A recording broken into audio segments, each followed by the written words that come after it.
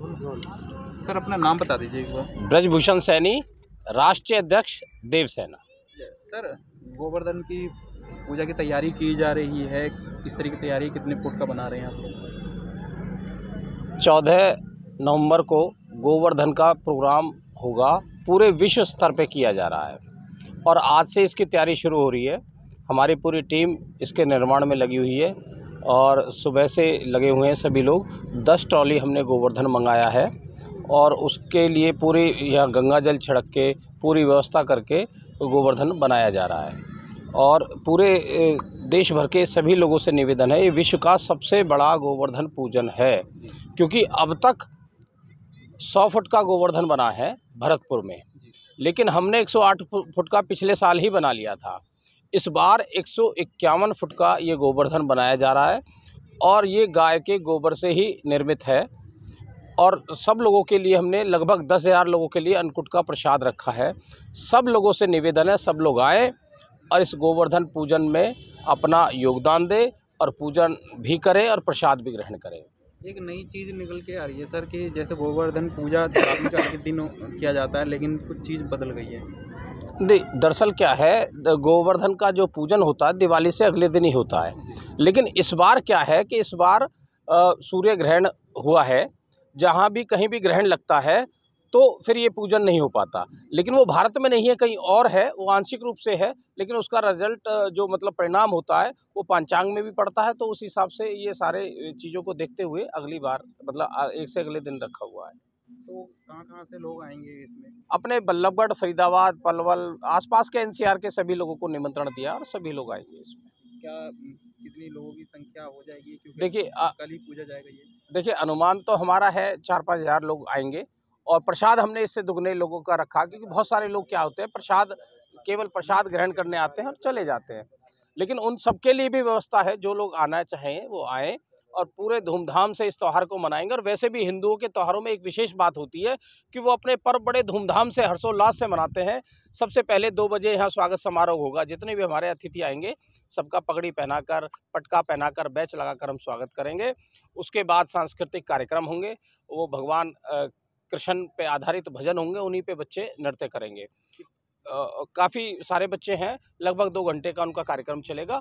उसके बाद विधिवत 56 भोग से गोवर्धन महाराज की पूजा की जाएगी और उसके उपरांत इसकी परिक्रमा लगाएंगे और विधि विधान से पूजन करने के बाद अन्नकूट का प्रसाद चलता रहेगा, क्योंकि वो हम भोग निकालने के बाद ही शुरू करा देंगे।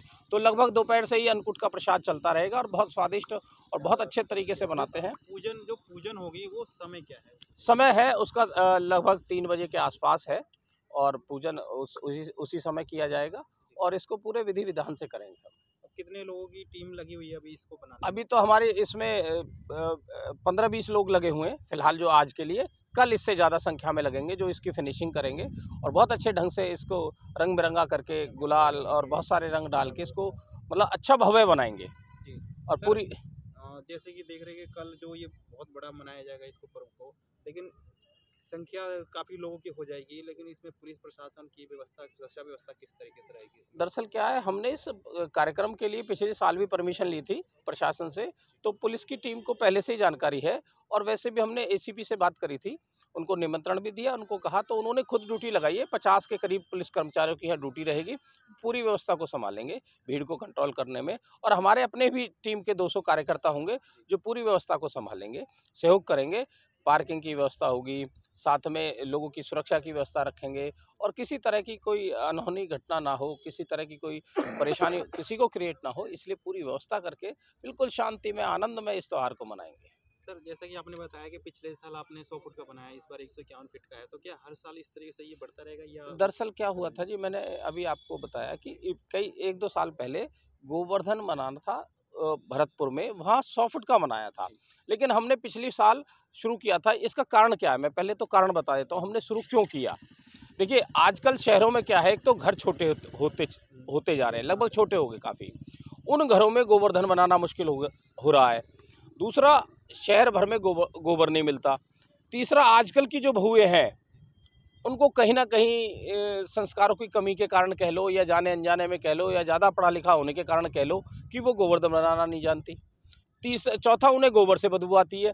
तो ऐसे में कई सालों से हम देख रहे थे कि अपने शहर में गोवर्धन बनाना कम होता जा रहा था। कई घरों में तो वो आटे से गोवर्धन बनाने लगे थे। तो इस परंपरा को जब लगभग सिमटने को थी तो हमने सोचा इसे सामूहिक किया जाए।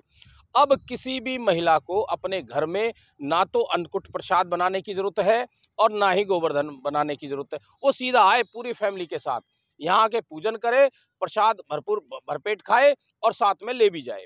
हमने दोनों ही तरह की व्यवस्था कर दी कि भाई आपको केवल पूजा करनी है और प्रसाद ग्रहण करना है, और यहाँ जो सांस्कृतिक कार्यक्रम होगा उसका आनंद लेना है। तो परिवार पूरा आनंद में इसको त्योहार को हर्षोल्लास से पूरे विधि विधान से पूजा पद्धति को अपनाते हुए इसको कर सकते हैं। शहर वासियों से सभी से मेरा अपील है कि भी सब लोग इस कार्यक्रम में बढ़ चढ़ कर हिस्सा लें और इस कार्यक्रम के सहभागी बने। धन्यवाद। जय हिंद, जय भारत, जय हिंदू राष्ट्र।